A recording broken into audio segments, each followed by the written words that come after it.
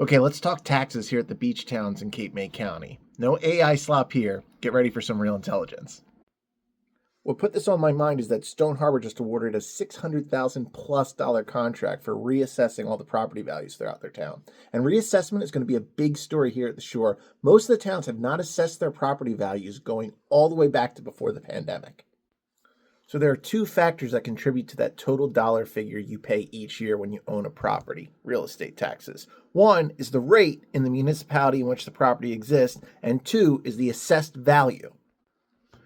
Now, we have incredible rates on the property taxes here at the southern New Jersey shore. The reason is that there's not many schools or other public services to pay for. There's a lot of empty homes there that all are worth a lot of money. So you can have very, very low rates and still raise the money that each community needs to support itself.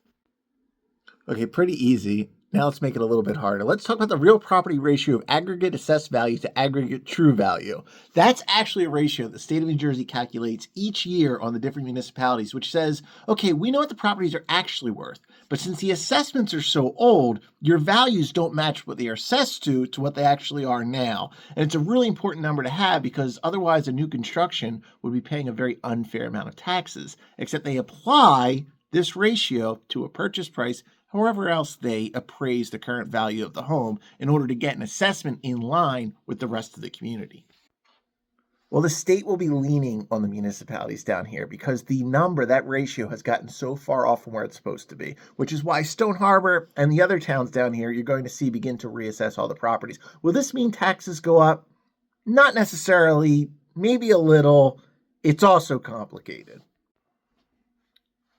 Very few of the beach towns down here are running a deficit, so they don't really need additional revenue. So when they do the reassessments in order to get the assessed values more in line with what the actual property values are and satisfy the requirements for the state, it's very likely that they will lower the rates at which they're taxing. So those rates that we showed you earlier will get lowered after the assessment. So everyone's taxes will probably change a little bit, but it should be in the general area of where they already are now.